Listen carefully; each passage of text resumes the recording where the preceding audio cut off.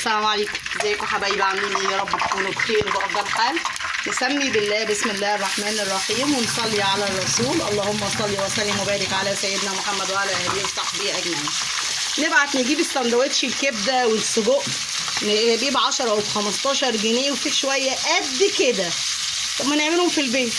قررت النهارده ان انا اعمل لهم سندوتشات الكبده والسجق، وكلها في حله واحده او في صينيه واحده.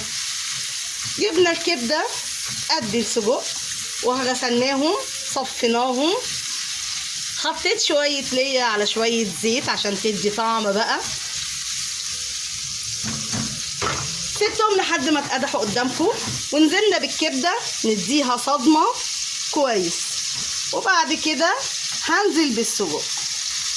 والله بعتنا نجيب السندوتشات لقيتها يا دوبك فيها 4 وحدات شرايح كبده بس، ورغيف ما شاء الله صغنن، اللي هو المفروض كان زمان ببريزه او بشلن اللي بيتقال عليه دلوقتي بجنيه. بصوا انا اديتها صدمه اهي قدامكم، نشفت شدت معايا. هنزل بالسجق، بسم الله الرحمن الرحيم. ليه هعمل الاتنين مع بعض؟ عشان انا عايزه اطعم الساندوتش بالاتنين.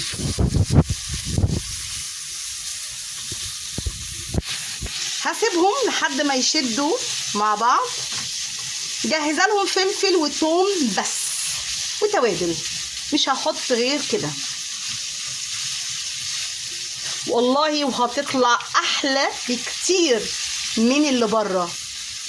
وما شاء الله يعني على الاقل هتاكلي حاجه نظيفه معموله في البيت، وفي نفس الوقت كتيره تاكلي منها سندوتش 2 3 اللي انت عايزاه. دلوقتي الزيت بصوا هو اللي طالع ازاي، لان كان مقدوح جامد ولما نزلت عليه اداله صدمه. بصوا الزيت، هسيبها لحد ما تشد الكبده والسجق، وبعد كده نبدأ ننزل عليها بشوية الفلفل والثوم بالخل والتوابل، ونعمل أحلى سندوتشات. نسيبها شوية ونروح نعمل سلطة الطحينة. أنا خلاص حطيت الفلفل أهو، نزلت بيه بفصين ثوم بشوية خل. مش هتكتري ملح لان السجق بيبقى فيه ملح. هقلب كويس، مش هحط التوابل شويه دلوقتي، استنى تدبل بس الفلفل معايا.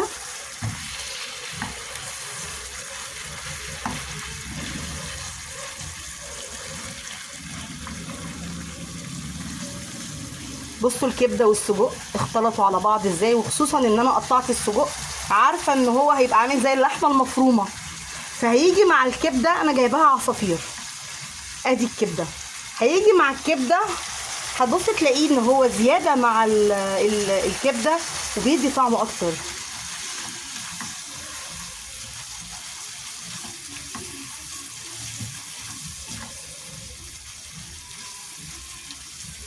حط التوابل دي ملح، فلفل، كمون، كزبره، كاري، كركم، ثوم بودره، بصل بودره، سماق.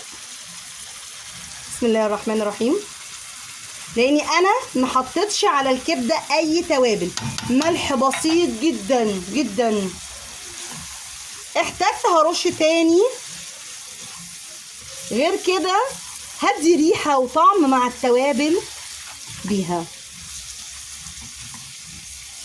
ما شاء الله بصوا التوابل اتحطت، الريحه وهم، مش زي القرف اللي احنا بنشتريه وما بيشبعناش. انا اجيب سندوتشين هبص الاقي نفسي ما شبعتش اهي. ادي الكبده والسجق بتاعتنا بتوابلنا، بشويه الزيت، شويه الليا اللي احنا مسيحينها، بقرنين الفلفل الصاحيين الحلوين السبايسي كده. يمكن ساندوتش كده اهو، وننزل نعمله. والله صدقوا نفسي افتح عربيه كبده وسجق. محمد ابني بيصورني بيضحك. هتقف معايا يا محمد في عربيه الكبده والسجق؟ ماشي. ايه رايك؟ ماشي، حلوه برضه. طب بذمتك مش انا بطبخ حلو؟ طبعا. والكبده والريحه ايه رايك؟ ريحتها حلوه قوي قوي بجد؟ قوي قوي قوي. نفسي بقى لسه بقى لما نشوفها هناكلها ازاي. هو مستعجل على الاكل. ماشي يا محمد، احنا كده خلاص خلصنا. انا هطفي نجهز بقى السندوتشات، نحط عليها طحينه ونشوف طبقنا وسندوتشاتنا هتبقى عامله ازاي. خلصت السندوتشات بتاعتنا، ادي اكلتنا. بصوا بسم الله ما شاء الله، الله اكبر. بصوا الكبده بالسجق بالفلفل بالطحينه، اللي حابب يحط اكتر هو حر اهو. بصوا دي يعني حاجه من ضمن اللي لسه هنكمله باذن واحد احد. ساندوتش نضيف ومليان وحلو، قوطه مخلله معاها وطحينه بألف هنا. ساندوتشات لاولادك ويقعدوا كده بطبق، ان شاء الله تديهم الاربعه اللي انت عايزاه وياكلوا بألف هنا والشفا. ودي كانت كبدتنا بالسجق، ويا رب تكون عجبتكم، وبجد تدعوا لي من قلبكم وتشتركوا في القناه وتفعلوا لي الجرس. والسلام عليكم ورحمه الله وبركاته، بحبكم في الله.